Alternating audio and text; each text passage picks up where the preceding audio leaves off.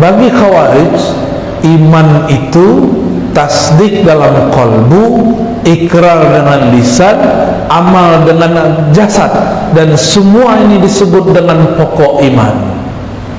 Bagi mereka, ikrar itu pokok,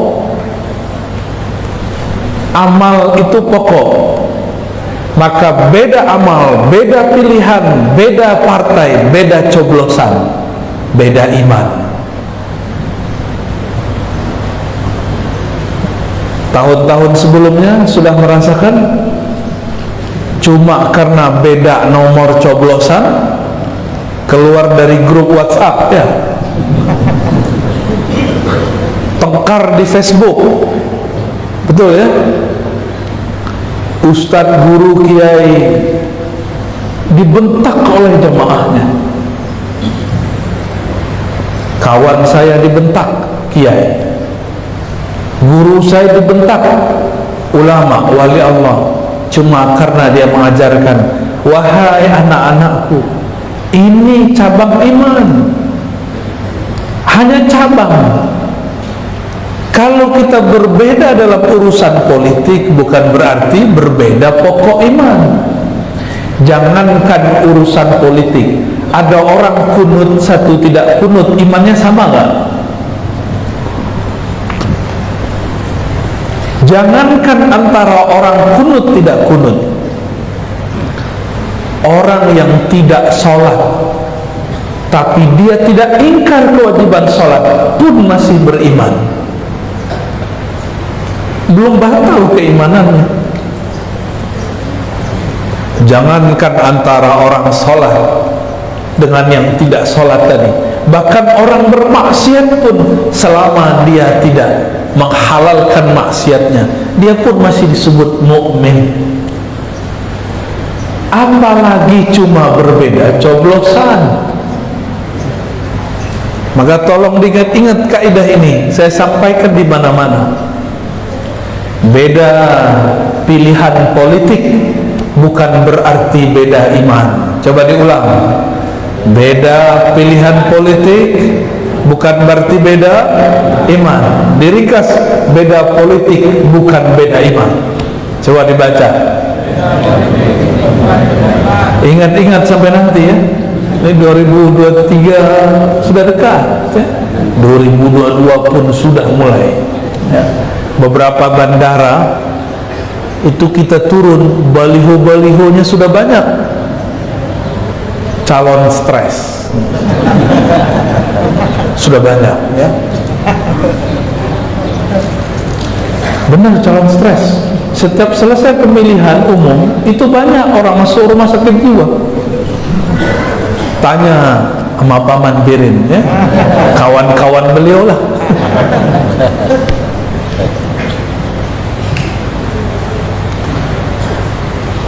Kelompok Khawarij beda politik, beda iman. Meskipun berkunut, meskipun belajar sifat 20, meskipun kadang-kadang baca Ratibul Haddad, Ratibul Attas, tapi cuma karena beda politik kita dibentak. Ini ciri-ciri kelompok sudah keracunan Khawarij. Oh, saya ahli sunnah, saya berkunut. Itu fikih kamu yang kunut, tapi fikih siasahmu belum ahli sunnah.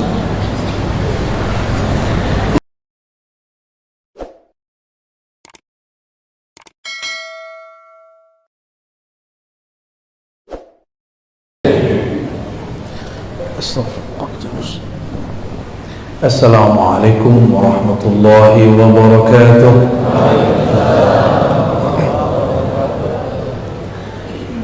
Alhamdulilladzi ja'alana min ummati sayyidina Muhammad sallallahu alaihi wasallam. Walhamdulillah thumma alhamdulillahilladzi abrazana fi akhir zaman. Asyhadu an la ilaha illallah wa asyhadu anna Muhammadan abduhu wa rasuluh. Allahumma salli wa sallim wa barik ala sayyidina Muhammad wa ala alihi wal mahdi khalifatihi wa sallam.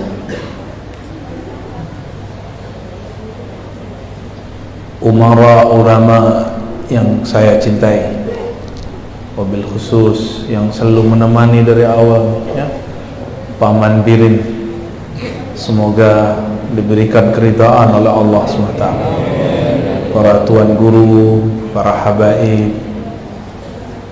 semoga Allah selalu menyertai langkah-langkah antum semua, wabil khusus jamaah subuh yang pasti diberkahi oleh Allah. Al-barakatu li ummati fi bukuriha, keberkahan bagi umatku yang mereka menyegerakan bangun di pagi hari. Al-barakatu hiya khairun kathir, keberkahan itu adalah kebaikan yang berlimpah-limpah, baik secara rohani, secara imateri, apapun secara materi. Insyaallah pada pagi ini judulnya agak sedikit genit, memperkokoh Ahlus Sunnah menangkal Khawarij. Maksudnya siapa itu?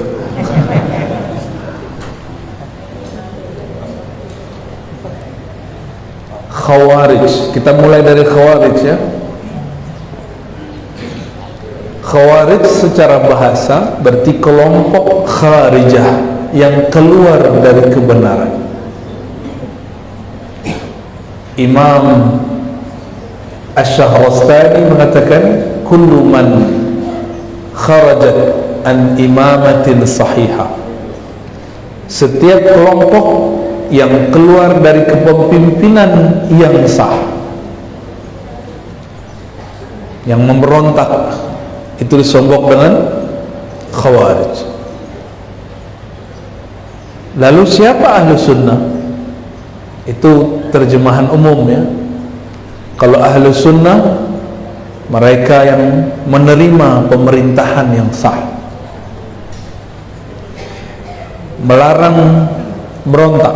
Maka dalam akidah Tahawiyah,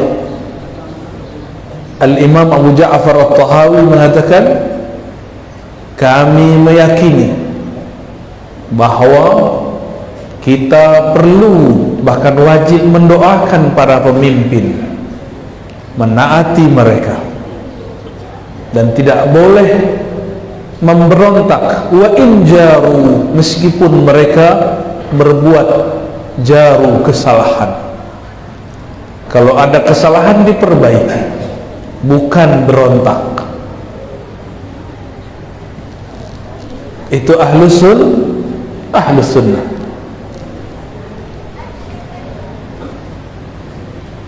Kenapa Khawarij ini memfatwakan berontak? Karena ada satu kaidah yang mereka keliru dalam memahaminya. Apa kaidahnya? Mereka beranggapan kalau kita mengatakan iman itu tasdik, ikrar, amal, itu dibagi dua. Tasdik itu disebut usul. Apa arti usul? Pokok, aslul iman. Tasdik ada di kolbu. Tasdik ada di mana? Di kolbu. Makanya hadisnya menyebutkan antu'mina billah wa malaikatihi wa kutubihi, sampai akhir hadis rukun iman. Engkau percaya dengan apa? Percaya dengan kolbu. Maka Ahlus Sunnah menggariskan bahwa aslul iman tasdik bil qalb. Pokok dari iman itu adalah tasdik, percaya di dalam kolbu. Ini Ahlus Sunnah wal Jamaah. Tasdik dalam kolbu ini punya cabang. Cabang pertamanya ikrar, mengikrarkan, sudah jadi bahasa kita. Apa arti ikrar? Melafazkan, menyatakan, memberikan persaksian Yang kedua, al-amal bil arkan, aktivitas amal dengan zahir. Dari aktivitas itu muncullah kemudian amal, tindakan-tindakan politik, amal-amal jasad. Ahlus sunnah menganggap amal zahir adalah cabang. Kalau amal zahir berubah, cabang tidak berubah. Jika berbeda cabangnya, tidak berbeda pokoknya. Namun Khawarij berpandangan lain. Bagi Khawarij, iman itu tasdik dalam qalbu, ikrar dengan lisan, amal dengan jasad, dan semua ini disebut dengan pokok iman. Bagi mereka, ikrar itu pokok, amal itu pokok. Maka beda amal, beda pilihan, beda partai, beda coblosan, beda iman. Tahun-tahun sebelumnya sudah merasakan, cuma karena beda nomor coblosan keluar dari grup WhatsApp, ya, tengkar di Facebook, betul ya, ustadz, guru, kiai dibentak oleh jamaahnya. Kawan saya dibentak kiai, guru saya dibentak ulama, wali Allah, cuma karena dia mengajarkan, wahai anak-anakku, ini cabang iman, hanya cabang. Kalau kita berbeda dalam urusan politik, bukan berarti berbeda pokok iman. Jangankan urusan politik, ada orang kunut, satu tidak kunut, imannya sama nggak? Jangankan antara orang kunut tidak kunut, orang yang tidak sholat tapi dia tidak ingkar kewajiban sholat pun masih beriman, belum batal keimanannya. Jangankan antara orang sholat dengan yang tidak sholat tadi, bahkan orang bermaksiat pun selama dia tidak menghalalkan maksiatnya, dia pun masih disebut mukmin. Apalagi cuma berbeda coblosan. Maka tolong diingat-ingat kaidah ini, saya sampaikan di mana-mana. Beda pilihan politik bukan berarti beda iman. Coba diulang. Beda pilihan politik bukan berarti beda iman. Diringkas, beda politik bukan beda iman. Coba dibaca. Ingat-ingat sampai nanti ya. Ini 2023 sudah dekat ya. 2022 pun sudah mulai ya. Beberapa bandara itu kita turun, baliho-balihonya sudah banyak, calon stres sudah banyak ya. Benar, calon stres. Setiap selesai pemilihan umum itu banyak orang masuk rumah sakit jiwa. Tanya sama Pak Mandirin ya, kawan-kawan beliau lah.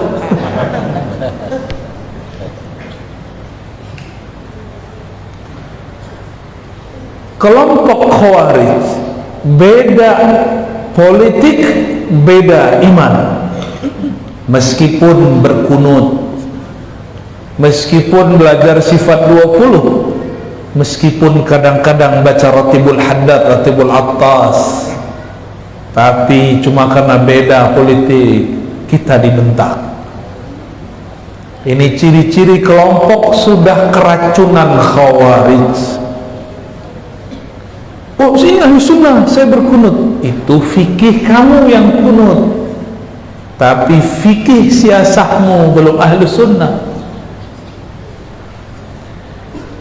Malam tadi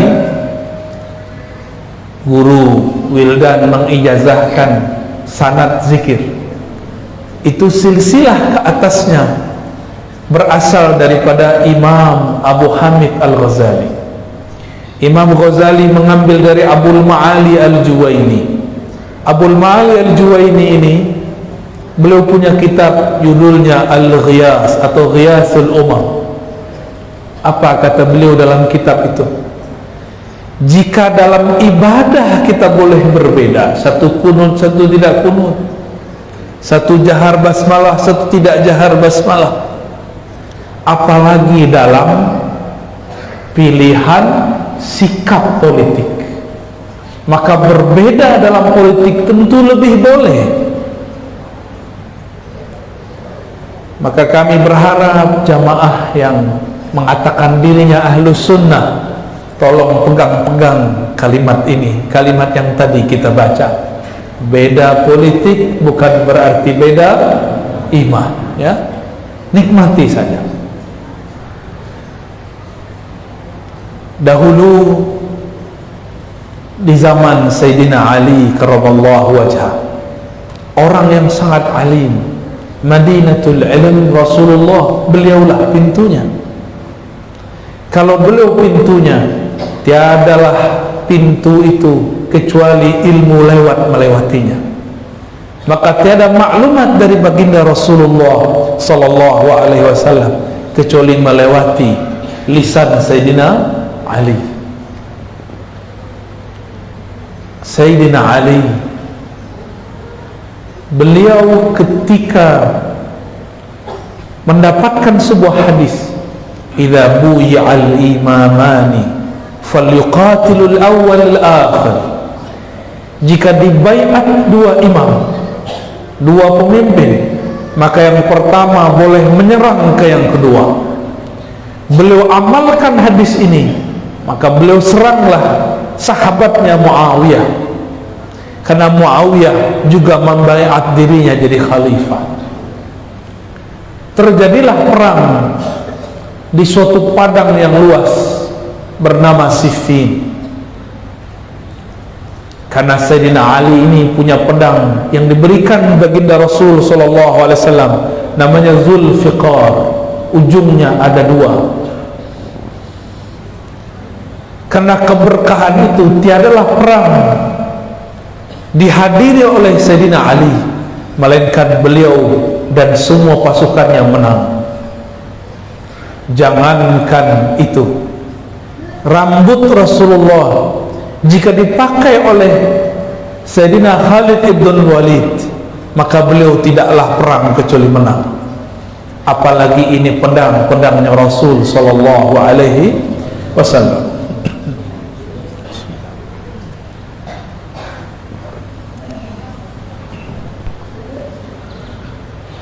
Namun Sayyidina Ali punya kisah. Di tahun ke-6 Hijriah, ini perang terjadi sekitar tahun 40 Hijriah atau sebelumnya. Di tahun 6 Hijriah, sekitar 34 tahun sebelum perang Siffin, Sayyidina Ali menulis perjanjian Hudaybiyah. Nabi, para sahabat sudah sampai di bukit Hudaybiyah, 10 sampai 15 kilo lagi sudah sampai di Mekah. Ternyata kafir Quraisy menahan Nabi Muhammad sallallahu alaihi wasallam, tidak boleh masuk kepada Mekah. Lalu diusir, dibuatlah MOU, tidak boleh masuk Mekah. Akhirnya Nabi terima. Ditulislah di situ Muhammad Rasulullah. Apa kata kafir Quraisy?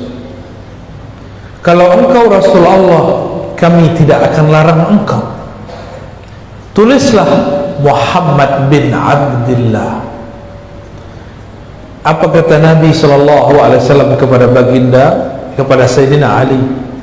Ya Ali, hapuslah lafaz Rasulullah. Sayyidina Ali coba menghapus, tangannya gemetar karena ada lafaz Allah dan Rasul. Dia coba lagi, getar. Dia cari, akhirnya tidak sanggup. Dia katakan, wahai Rasulullah, saya tidak sanggup. Sayyidina Ali tidak sanggup untuk menghapus hatta cuma tulisan Allah, Rasulullah. Akhirnya Nabi bertanya, tunjukkan kepadaku mana lafaznya. Maka Sayyidina Ali tunjukkan. Beliau kemudian hapus dengan air ludahnya sendiri. Beliau mengalah.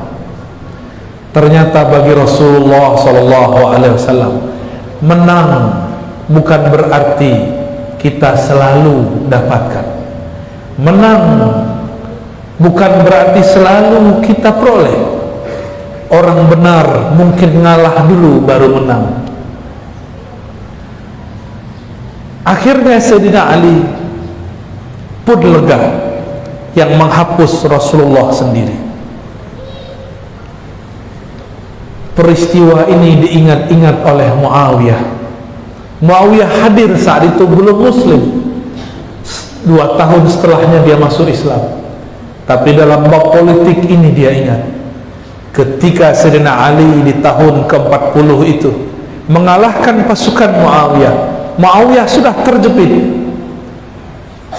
Muawiyah teringat ada mushaf Sayyidina Utsman yang juga menantu Rasulullah sallallahu alaihi wasallam. Maka dia ikat mushaf pada tombak, dia naikkan ke atas. Sayyidina Ali melihat ada tombak, di situ ada mushaf. Beliau dulu meridai mushaf itu, dan dalam mushaf itu ada nama Rasulullah, ada nama Allah. Maka beliau mengatakan, mundur. Maka mundurlah semua sahabat-sahabat dan pasukan-pasukan Sayyidina Ali. Di saat itulah pecah pasukan Sayyidina Ali. Hati-hati para ulama, hati-hati para umara. Orang yang cinta kita saat ini belum tentu dia cinta benar-benar cinta. Selevel Sayyidina Ali, ada yang cuma cinta, dicintai karena nafsunya orang yang mencintai. Apa kata sekelompok orang? Hai, ada apa dengan Ali? Nggak ada lagi kalimat Amirul Mukminin. Ada apa dengan Ali? Kita sudah mau menang, dia kok mundur? Malah dia kemudian menerima hukum diplomasi. Sayyidina Ali kirim Abu Musa al-Asy'ari, Muawiyah kirim Abdullah bin Amr bin al-As. Terjadilah di situ diplomasi.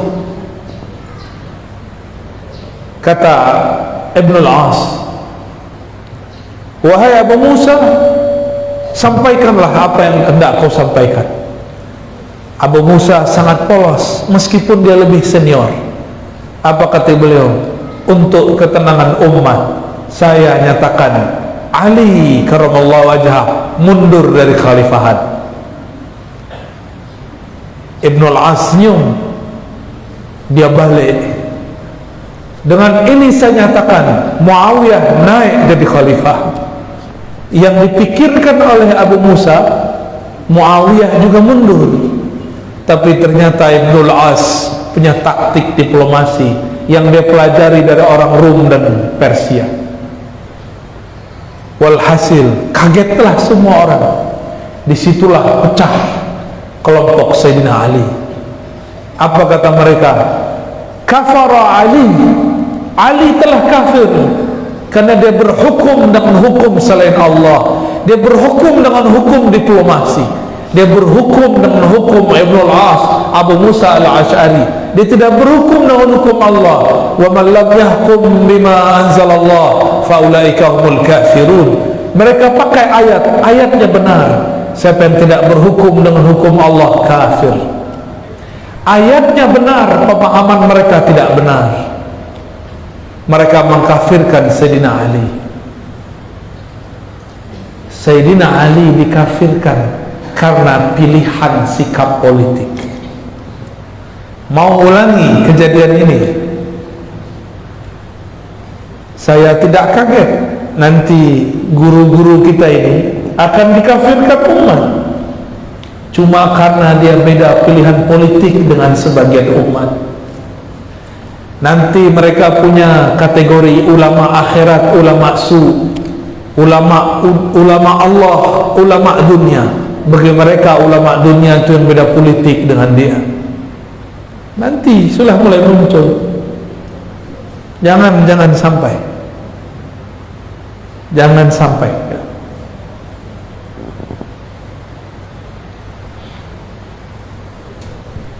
Kelompok Khawarij ini menjadikan sikap politik dia sebagai pokok keimanan. Inilah kesesatan Al-Khawarij. Kesesatan apa? Dulu saya kira yang jadi Khawarij cuma orang yang pakai tauhid uluhiyah rububiyah, lalu tauhid hukmiyah mulkiyah. 3 tauhid. Yang nomor 3 mereka katakan tauhid politik. Ternyata sekarang racun ini masuk kepada orang yang belajar sifat 20. Racun ini masuk kepada orang yang bermazhab fiqh, masuk kepada orang yang katanya berakidah Asy'ariyah Maturidiyah, masuk kepada orang yang berthariqah, katanya Naqsyabandi, katanya Samani, katanya Ba'lawi, katanya Khalwati, katanya Syazili, tapi mengkafirkan gurunya atau menganggap sesat orang yang berbeda faham politik dengannya. Kalau ada ini terjadi, baik pada kiai, baik pada umat, berarti sudah kesusupan Khawarij. Dan sudah terjadi, ya, sudah terjadi. Kita berdoa semoga di tahun-tahun ke depan ini tidak terjadi kembali. Kalaupun terjadi, semoga tidak separah sebelum-sebelumnya. Dulu saya ini suka takbir, Pak, suka zikir, karena saya mengajarkan seperti barusan. Saya dibentak oleh orang yang ada di luar. Apa kata dia? Allahu Akbar, keluar kau. Saya takbirkan ulang, ya, sini kau, takbir depan saya. Gak berani dia takbir depan saya, lebih kenceng takbir kita. Nabi SAW mengatakan nanti tentara Imam Mahdi menaklukkan Rum cuma dengan takbir. Berarti takbir yang mana itu? Bukan takbir sembarangan itu. Itu takbir orang-orang yang selain Allah sudah dia nafikan, selain Allah sudah dia tiadakan, maka dia takut lagi kepada siapapun. La yakhafuna laumata laim, tiadalah dia takut kepada hujatan orang yang menghujat. Jamaah hadirin hadirat yang mulakan Allah, jadi untuk menangkal Khawarij harus paham kaidah Ahlus Sunnah, lalu tahu bedanya dengan Khawarij. Hasil diskusi saya dengan beberapa peneliti, betul 90% lebih orang-orang Khawarij yang tertangkap di negeri ini itu mereka akidahnya pakai tri tauhid. Apa tri tauhid? Mereka meyakini uluhiyah, rububiyah, asma wa sifat, atau diganti dengan hukmiyah, mulkiyah. Ya, ada peneliti yang meneliti dari lapas ke lapas, tahanan ke tahanan. Lalu saya juga tanya kepada orang yang menangkap, apa akidah orang yang engkau tangkap? Mereka mengatakan 90% lebih akidahnya 3 tauhid. Dengan 3 tauhid itulah mereka membid'ahkan maulid. Dengan 3 tauhid itulah mereka mengatakan belajar sifat 20 itu sesat. Dengan 3 tauhid itulah mereka mengatakan pendahulu-pendahulu kita itu orang sesat. Negeri Banjar ini yang sangat masyhur dengan Syekh Muhammad Arsyad Al-Banjari Datuk Kalampayan. Beliau mengambil akidahnya ke Makkah dan Madinah. Di sana beliau belajar akidah Ahlus Sunnah wal Jamaah yang kita sebut Asy'ariyah Maturidiyah, yang masyhur dikelafaz dalam lisan umat dengan sifat 20. Ada kitab beliau judulnya Usuluddin, benar nggak? Apalagi Sabilul Muttaqin apa Sabilul Muhtadin? Ada 2 tentang fikih dan tentang akidah. Coba dibuka, isinya tentang sifat 20. Akidah Imam Abul Hasan Al-Asy'ari. Sekarang mereka mau ganti itu, mau nggak? Antum mau nggak itu diganti? Mereka bilang belajar sifat 20 sesat. Ridho nggak? Mau nggak itu diganti? Ya, ini nggak semangat ini. Kayaknya mau diganti ini kayaknya. Maka jika ada pesantren, tolong jangan diganti akidahnya. Pesantren sekarang sudah ganti akidahnya. Yang dipakai kitabnya Saleh Fauzan, kitab tauhidnya Saleh Fauzan. Tolong diganti lagi para kiai. Bukan saya menggurui. Siapa yang mengganti itu telah berkhianat kepada yang mengawal, yang mengajarkan ahlu sunnah di negeri ini dulu. Syekh Muhammad Arsyad Al-Banjari. Syekh Muhammad Arsyad itu kakek guru daripada ulama kami di Minangkabau, Syekh Ahmad Khatib Al-Minangkabawi. Beliau berguru kepada Syekh Nawawi Al-Bantani. Syekh Nawawi Al-Bantani berguru kepada Syekh Muhammad Arsyad Al-Banjari. Jadi orang Banjar ini kakek guru saya. Ya, saya tidak ridho kalau di sini akidahnya diganti. Ya, bisa putus nanti sanad ilmunya, bisa hilang nanti madatnya, keberkahannya. Maka kita sokong guru-guru kita yang masih mengajarkan sifat 20 dengan sanad yang bersambung kepada guru-guru. Ya. Dengan ini Bapak Ibu yang muliakan Allah, mari pertahankan akidah ahlus sunnah.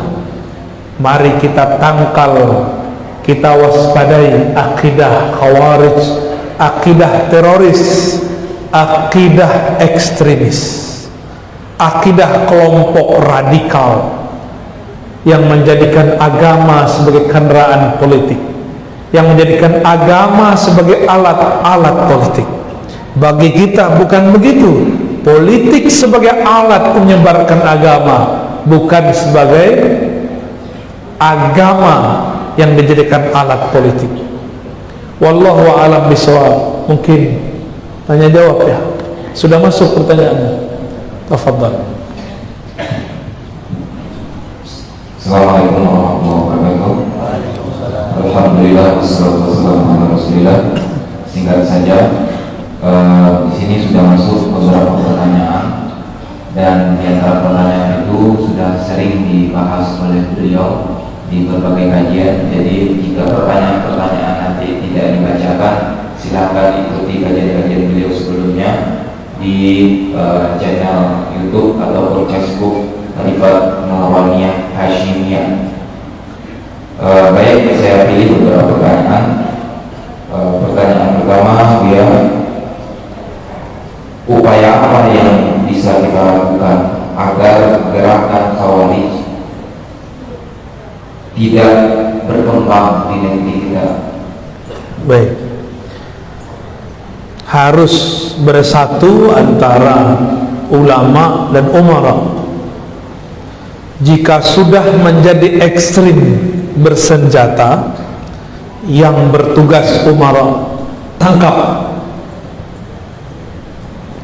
Jika masih bersikap keras secara pemikiran, maka turunkan ulama.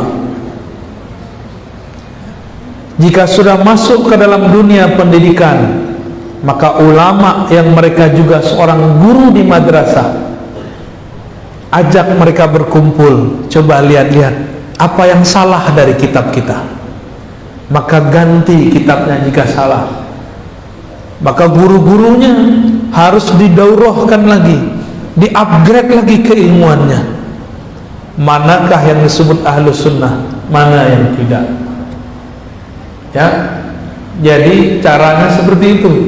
Lalu yang paling penting, majelis-majelis ahlus sunnah jangan hanya menjadi konsumsi santri di pesantren, tapi juga harus di masjid-masjid, di surau-surau, di musola-musola, sehingga ajaran ini menjadi majmuk, menjadi makanan semua umat. Insya Allah kelompok ekstrim, kelompok khawarij akan mengecil. Mereka nanti sadar sendiri. Coba pandang riwayat Rasulullah, 13 tahun beliau di Mekah. Pernahkah beliau menjatuhkan satu berhala? Beliau tidak menurunkan berhala sampai saatnya datang, yaitu tahun 8 Hijriah. Itu pun yang menurunkan dulu orang yang menyembah berhala. Jadi tidak emosi. Dakwah Rasulullah bukan dakwah emosi, bukan dakwah kebencian. Dakwah beliau dakwah rahmah, karena rahmat itu adalah ruhnya Rasulullah sallallahu alaihi wasallam. Maka siapa saja yang tidak mengajarkan rahmah, berarti dia bukan ahlus sunnah wal jamaah. Ya, lanjut. Pertanyaan berikutnya, bagaimana sikap umat Islam ketika dihadapkan, ini saya tambah katanya, dihadapkan pada pandangan bahwa pemerintah melakukan suatu kezaliman. Zalim itu kan versi politisi dan politikus, poli dan tikus. Kalau saya tidak suka dengan Paman Birin, pasti saya bilang beliau ini tidak adil. Kalau saya suka, apapun kata Paman Birin, saya bilang adil. Ya, kalau nggak suka, senyum aja, kita anggap nyengir. Kalau tidak suka Paman Birin ziarah, saya anggap pencitraan. Tapi kalau suka, beliau diam saja pun saya katakan tawaduk sekali ya. Kalau tidak suka, beliau pakai sendal jepit, saya bilang sok sederhana, sok tawaduk. Jangan-jangan di kolbu kita tidak ada cinta. Jangan-jangan di kolbu kita sudah tidak ada rahmat Allah, sehingga semua orang pun salah, apalagi pemimpin, apalagi yang tidak dicoblos. Saya kan gak ikut nyoblos Paman Birin. Serius loh Paman, bener kan? KTP saya bukan KTP Kalsel.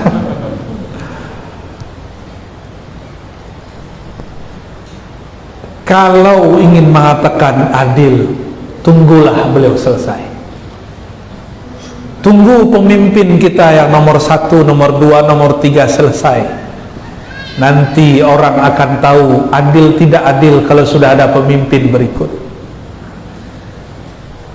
Di Kalimantan Barat saya juga ditanya, apakah pemimpin sekarang zalim atau tidak adil? Saya cuma jawab, tunggulah dia selesai, nanti kamu akan tahu dia adil atau tidak adil.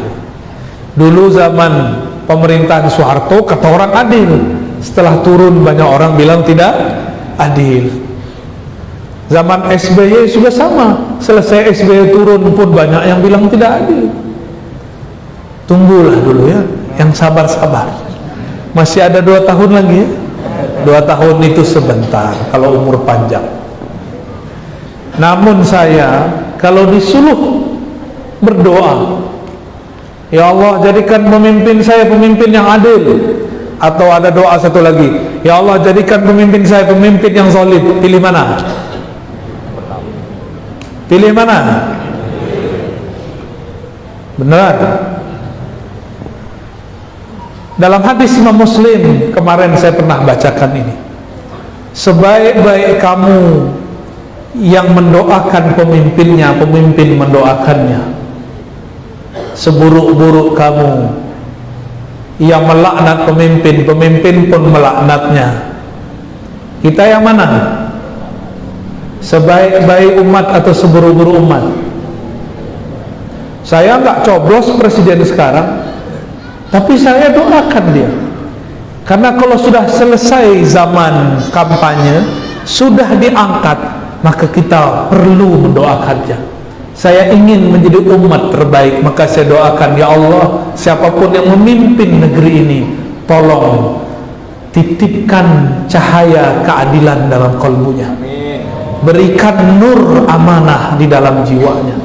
Itu yang saya doakan, siapapun pemimpinnya, meskipun saya tidak mencoblosnya. Karena coblos-mencoblos itu urusan sebelum kampanye, saat kampanye. Setelah itu kita harus move on. Tahu move on nggak? Orang patah hati harus segera cari hati yang baru, atau sambunglah hatinya, sambunglah dengan rahmat ya. Kalau tidak bisa mencintai, apa salahnya mendoakan kebaikan? Kalau tidak bisa kemudian mendoakan kebaikan, bisakah kemudian mendoakan secara umum? Katakan, ya Allah, rahmati umatku. Cukup itu. Jangan kemudian katakan, sial ini pemimpin, sial ini, sial.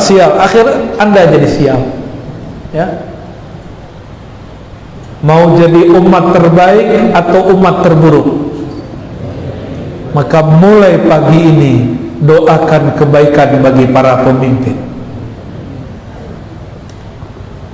Doakan kebaikan bagi para pemimpin. Maka saya mengimbau kepada para guru, para khatib, para ustadz, sisipkan doa antun yang indah itu di khutbah-khutbah. Allah marham wulata umurina. Ya Allah, rahmati para pemimpin-pemimpin kami yang mengurusi negeri ini. Jangan senang pemimpin kita ditangkap KPK, jangan senang. Saya sedih jika ada pemimpin ditangkap karena korupsi. Berarti ada yang salah ya. Lebih kurang begitu. Gimana? Terima nggak apa-apa ya. Saya berdoa kepada Allah, semoga Allah menerimanya. Amin. Pertanyaan terakhir yang kita bacakan, sesuai dengan hadis Nabi bahwa di akhir zaman akan ada umat orang-orang yang membaca Al-Quran, yang sibuk dengan Al-Quran, namun sikapnya atau dianya itu sendiri adalah orang-orang yang menyimpang dari Islam atau termasuk pada Khawarij. Pertanyaannya, bagaimana atau apa ciri-ciri kegiatan Quran, rumah tahfiz dan sebagainya yang rentan disusupi, diracuni oleh pikiran atau pemahaman Khawarij? Perlu diluruskan, saya ini salah satu guru tahfiz juga di salah satu rumah tahfiz di Tangerang Selatan. Saya tidak anti rumah tahfiz, saya suka dengan rumah tahfiz. Tapi dalam perjalanan dakwah kami menemukan banyak rumah tahfiz disusupi kelompok Khawarij. Ciri-cirinya gampang. Khawarij ini tidak mengakui negeri ini, maka ciri-cirinya santrinya dilarang hormat ke bendera. Bukan tidak hormat yang penting. Kita tanya, kenapa kamu tidak hormat? Kata mereka, negara ini tidak sah. negara ini negara tauhid. Saya tanya, apanya yang tauhid? Pancasila tauhid, undang-undang dasar tauhid. Para pemimpin dari awal negeri ini berdiri sampai sekarang adalah pemimpin tauhid. Itu kata mereka. Saya dengar langsung dengan telinga ini. Bahkan ternyata kedapatan di rumah-rumah tahfiz ada buku-buku teroris yang sudah divonis hukum mati, yang mana mereka mengatakan negeri ini negeri tauhid. Apa tauhid? Sesembahan selain Allah. Jadi ciri-cirinya itu gampang, ya. Ada rumah tahfiz mengajarkan tidak boleh hormat ke bendera, harus disidang itu orang, jangan langsung ditangkap Pak Polisi, ya. Kita ajak ngobrol dulu dia, kita tanya baik-baik, kita cerahkan. Yang mencerahkan jangan Pak Polisi, Tuan Guru yang mencerahkannya. Bagi-bagi tugas, kecuali polisinya kiai. Kan sekarang sudah banyak polisi kiai, polisi hafiz sudah banyak. Alhamdulillah, beberapa santri saya ternyata jadi polisi. Ada yang hafiz Quran, ada yang ahli hadis, bukan ahli hadas. Kita ajak ngobrol, ingatkan dulu, ya.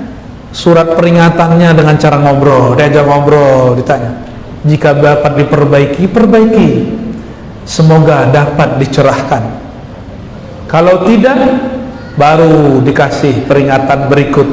Gak mau lagi, bolehlah tutup. Ya. Kenapa Khawarij ini masuk lewat Quran?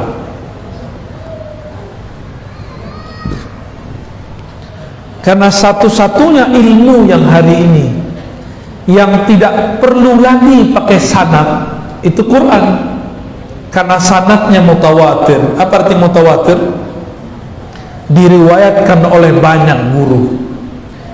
Karena orang sudah percaya, dikira rumah tahfiz ini sudah bersanad yang mutawatir.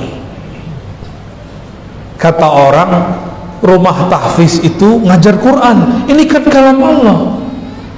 Yang membubarkan rumah tahfiz berarti membubarkan Allah. Bukan begitu, ya.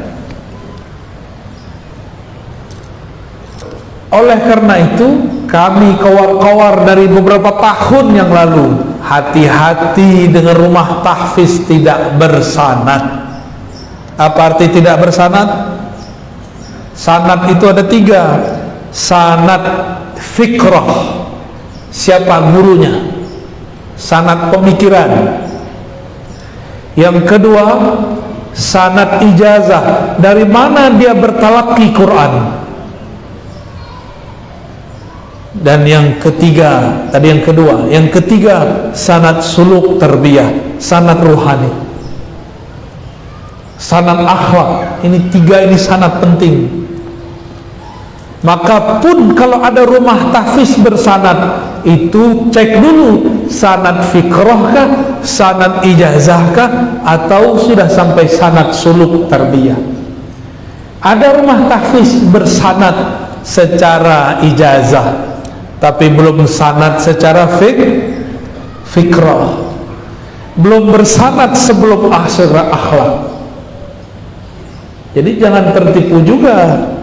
Belum cukup sanad ijazah qiraat, mesti sanad fikrah dan sanad ruhani. Kalau ada rumah tahfiz begitu, dukung, perbanyak itu. Kopi, di sini ada, di sini dibuat lagi. Pastikan guru tahfiznya bersanad dengan 3 sanad tadi. Dan ini perlu perhatian tuan guru, para ulama, dan juga para umara. Perlu diperhatikan, perlu diawasi. Saya sering mengatakan, benar, guru-guru nih, jadi kiai, jadi ustadz itu enak. Jadi paman birin gak enak. Kalau jadi gubernur, yang nyorot dari kanan ada KPK, dari kiri ada DPRD. Betul. Dari depan jamaah, umat, rakyat. Dari belakang istri.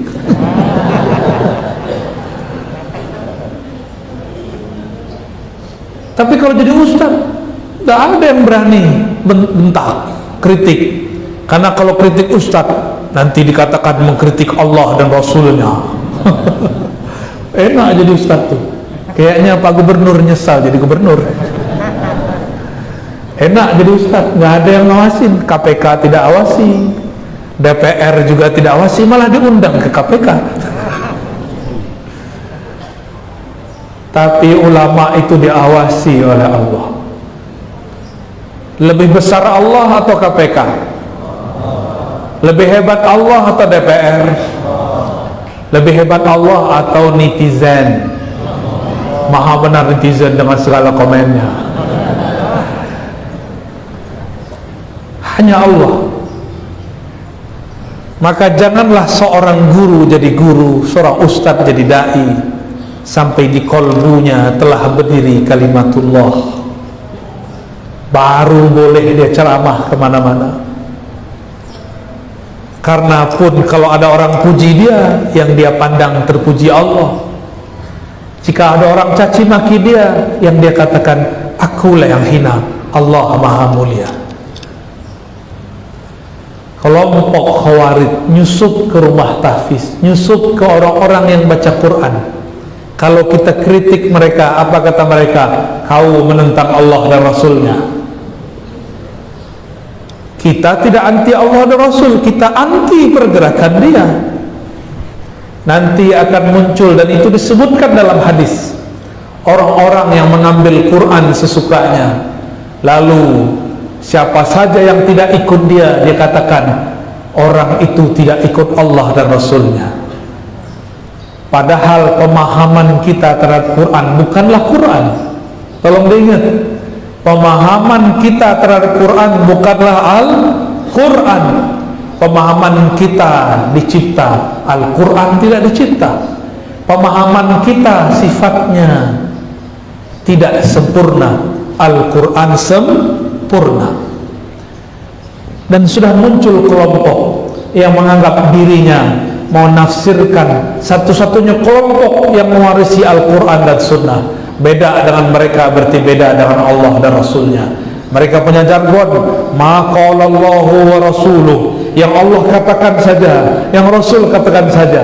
Ajaran mereka, ajaran Allah dan Rasul saja. Pas kita dengar, ternyata yang banyak kata ustadznya. Ya, hati-hati ya.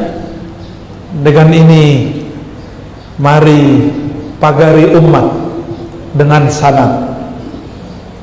Dukunglah para ulama, doakan para pemimpin, sayangi semua umat. Semoga kita menjadi ummah al-marhamah, penuh dengan kasih sayang. Naktafi. Dengan demikian kami mohon izin ya, cukup katanya. Nanti ada lagi waktu duha ya. Semoga yang hadir dirahmati Allah Subhanahu wa taala. Amin ya rabbal alamin. Wa sallallahu ala sayyidina Muhammad wa ala alihi wa ashabihi wal mahdi khalifatihi wa sallam. Assalamualaikum warahmatullahi wabarakatuh. Sudah.